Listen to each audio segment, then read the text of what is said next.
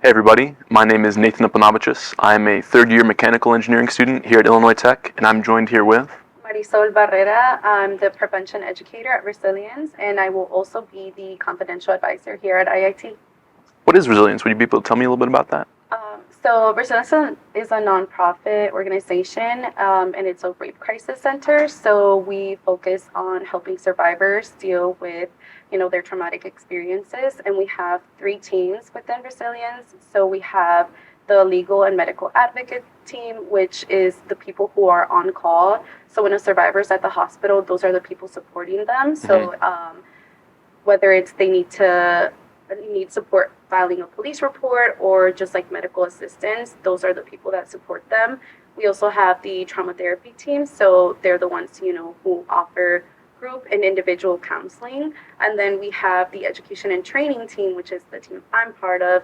And most of our work is just going to schools, working with the kids to do prevention work and teach them about sexual assault and just how to protect themselves. But we also do trainings for adults and events like these. Sounds like Resilience is doing a lot. And also I heard April is Sexual Assault Awareness Month. Is that correct? Yes. So because of that, Resilience will be hosting a lot of events during the month of April. The biggest one we do is Standing Silent Witness, which is in the Daily Plaza. But all of that information can be found on the website, also on Instagram if you guys search them up, our Resilience. All the information will be there. Do you mind telling me a little bit how you got involved with Resilience to begin with? So I studied sociology in undergrad, and I want to pursue social work. So I've always been passionate about helping my community, and Resilience was the first place that showed up that serves my community. I come from the west side of Chicago, so Resilience serves the west side of Chicago. So I thought that was something that was great to start and become part of. Which neighborhood, if you don't mind me asking? So I'm from the Belmont-Cragen area, but I grew up in Logan Square. So we do a lot of work, not just in Belmont-Cragen, but just surrounding West Side neighborhoods. Well, welcome to our campus. I hope you've been enjoying the day so far. Finally getting some warmer weather here. Would you mind sort of defining sexual assault and what it looks like? Well, defining sexual assault is kind of hard just because there's the legal aspect to it, but then there's just also, and a big thing that we try to teach is that like assault is non-binary, right? So there's just like it's not black and white. So some instances could be like non-consensual, but it isn't like rape, right? Right. Specifically. So then just with what we teach is that within consent, again, it's not a binary, so there's just like things, it's either a great experience or it's like it wasn't consensual at all, but then you have like the middle ground where it's like it could have been better communication. So I would say that sexual assault would be whatever the survivor sees fit for them and what they experienced, right? And where they see themselves on that spectrum of like consent and the situation that happened.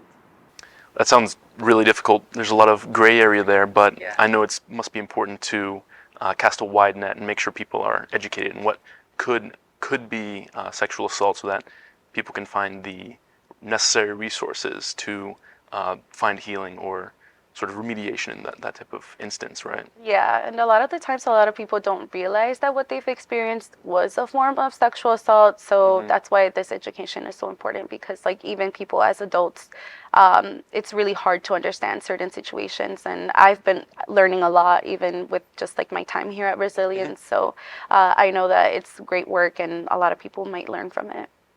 And so what would be some of the potential repercussions of sexual assault when one experiences it? I guess a lot has to do with like the mental, emotional, and just like physical aspects to it. I mean, every case is different, but again, because every case is different, there might be the physical aspect, where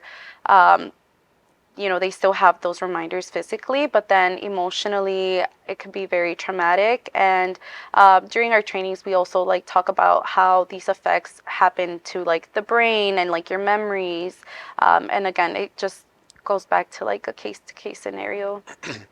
And so, being in college at our age, we're often exposed to parties, large groups, large social gatherings, and it can be easy to see things go on sort of in your periphery that you might not be sure how to react to.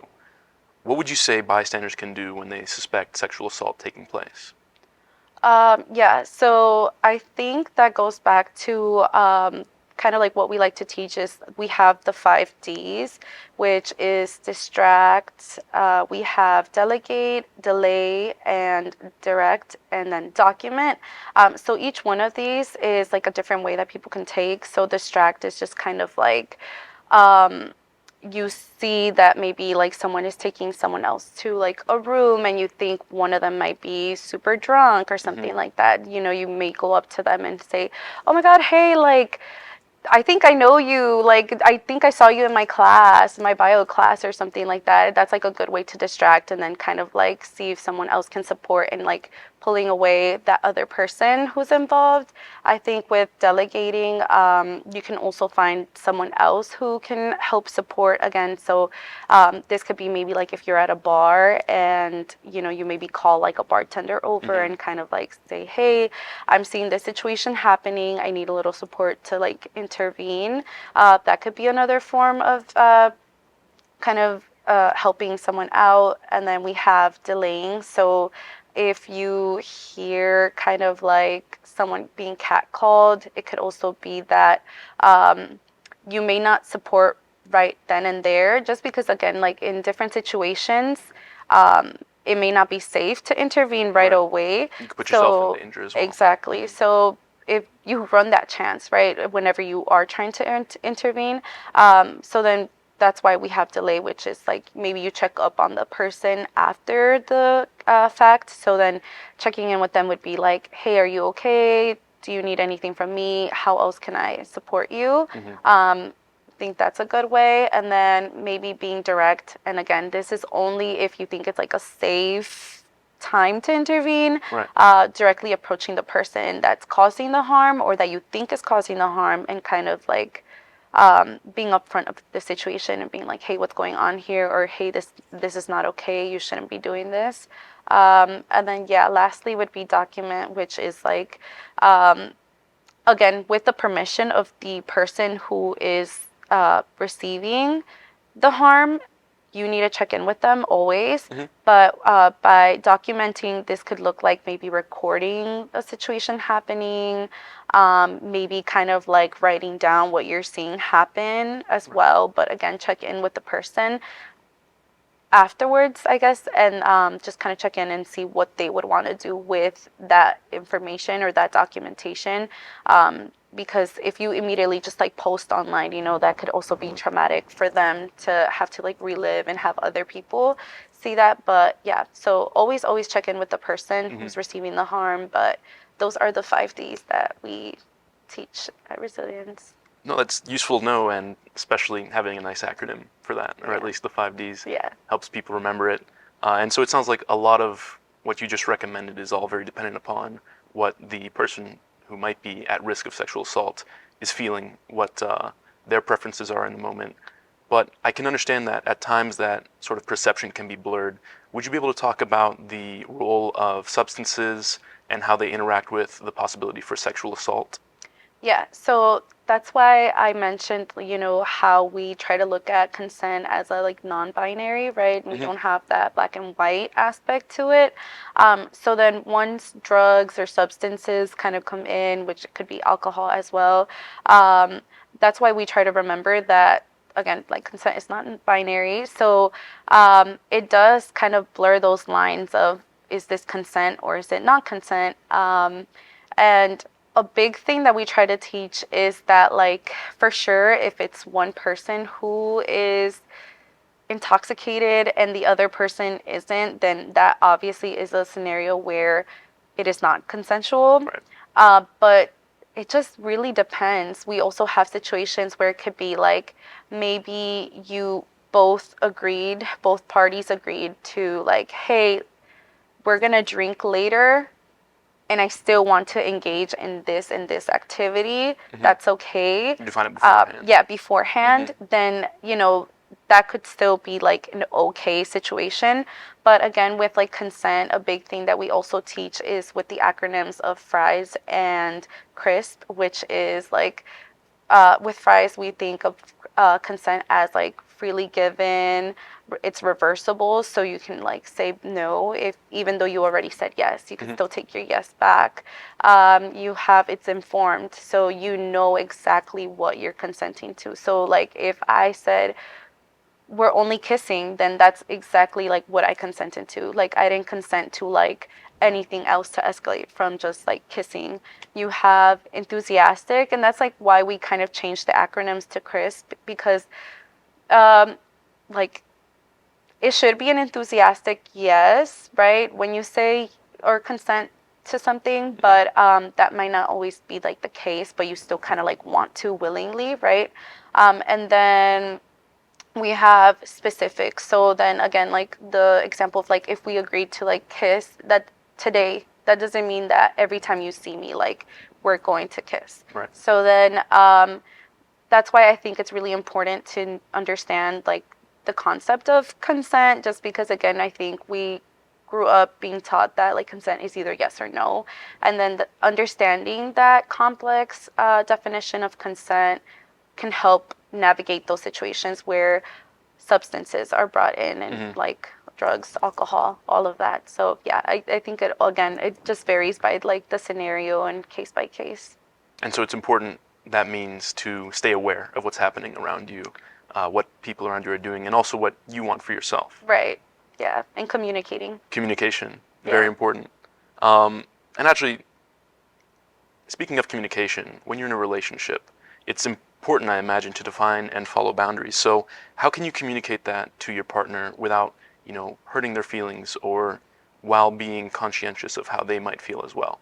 Yeah, so I think again, communication is like a big part of that. I think establishing those boundaries from the beginning too is just like, okay, like this is kind of what I expect out of the relationship. This is what makes me comfortable, and kind of talking about what makes each other feel comfortable.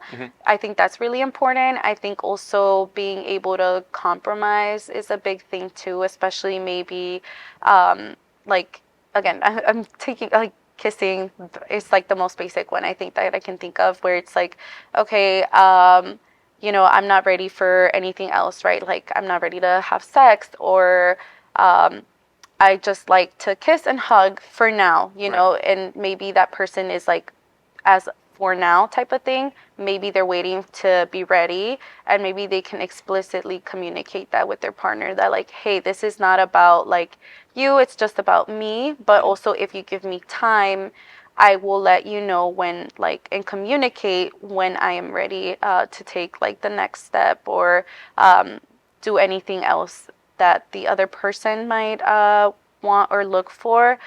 But I think also just kind of letting them know and give them reassurance that it's not again like about them. It's you still love them, or you still have these feelings for them, but it's just like it comes back down to your boundaries, your experiences. Everyone is different, so I think having a conversation where you're able to fully express all of that is really important. It's important to know your boundaries and really stick to them without feeling pressured to move past them, right? Yeah. And so, what if you encounter someone who isn't receptive to your boundaries? How are you able to get yourself out of an uncomfortable situation or relationship without escalating? I think a big one for that is like looking for support from people that you trust, especially when it comes to like if you're trying to end that relationship, knowing how that person, if you already feel like they will not have a positive response to or a reaction to you trying to leave that situation, I think having support, like asking a friend, hey, can you come with me and support? I just need like more people around. Right. Maybe having that conversation in a public space is also like important, just because you don't want to be somewhere private where you might not have maybe support, because again, with bystander intervention, like you can have more of that opportunity happening if you're in a public space. And actually, we Resilience just talked to the YWCA, and they gave us this little brochure of information on how to leave a relationship if you feel unsafe. So that is something that I can pass out to the Title IX office, so that you guys can have available. So yeah, the students at IIT can have available, and just kind of have a little bit more of that information. But yeah, it goes over some of the things that I talked about, which is again like being in a public space, having support from friends, and then yeah, just being ready to talk to anybody if you need that extra support outside of like after the fact, or after you have that conversation with that person. And I guess that also speaks to the importance of having an informed campus, so that when you are in a public space, when you need that sort of bystander support, even if it's not people you personally know, you know that your community around you will be able to support you, sort of in the background, right? Right, yes. And so, speaking of community, I know these days a lot of people feel targeted for their gender or sexual orientations. What are ways that we can provide support to our transgender or non-binary peers?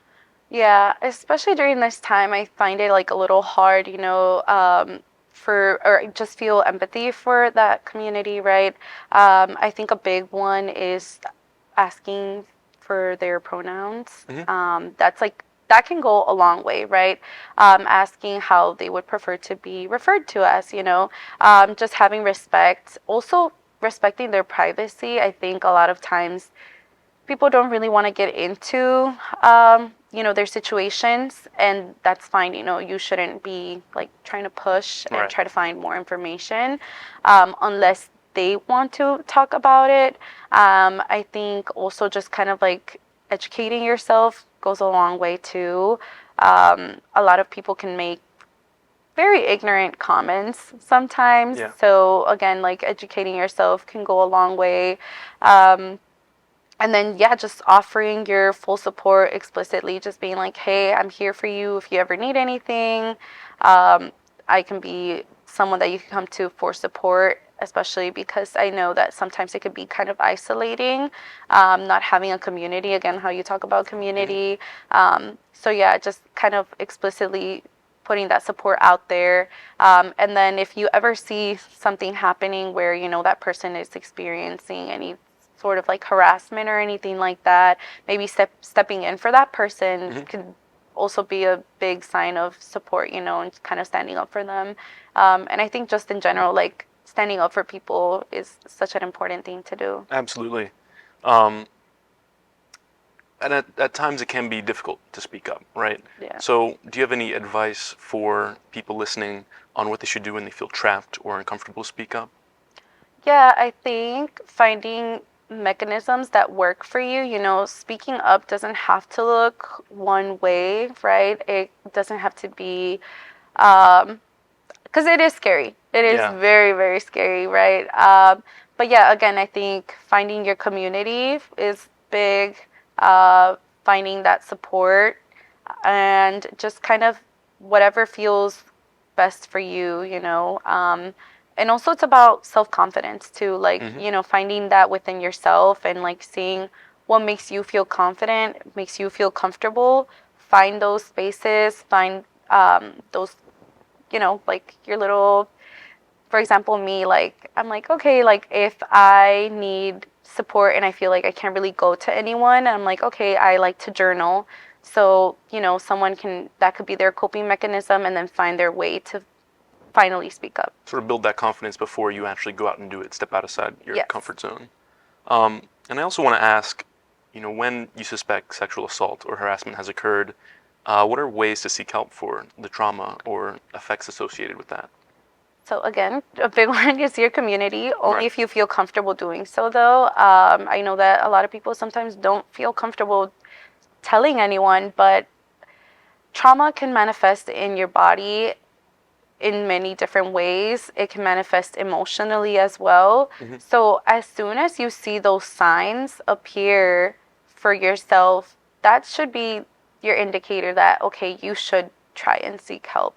And you have facilities like Resilience Yes. that could Shout out. be shout out to Resilience. So you have places like that that can help.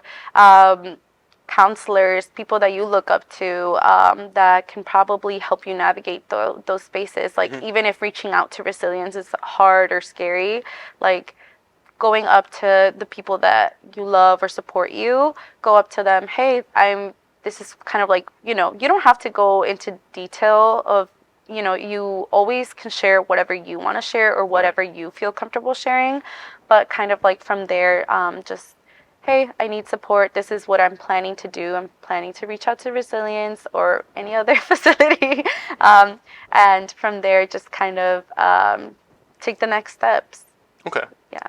What are some of those next steps, if you don't mind going into them? Yeah, so again, like I mentioned, maybe they'll pair you up to see a medical and legal advocate. If it's more of like therapy that you're looking for, you do get 20 free sessions Okay. if you are looking for that.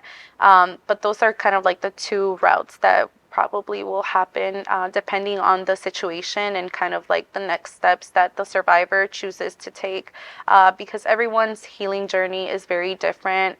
Everyone's form of justice is different too. So it really all comes down to the survivor and what they want and their needs.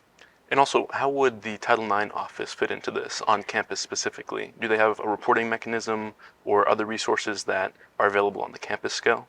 Yeah, so the Title IX works with a lot of nonprofit organizations like Resilience.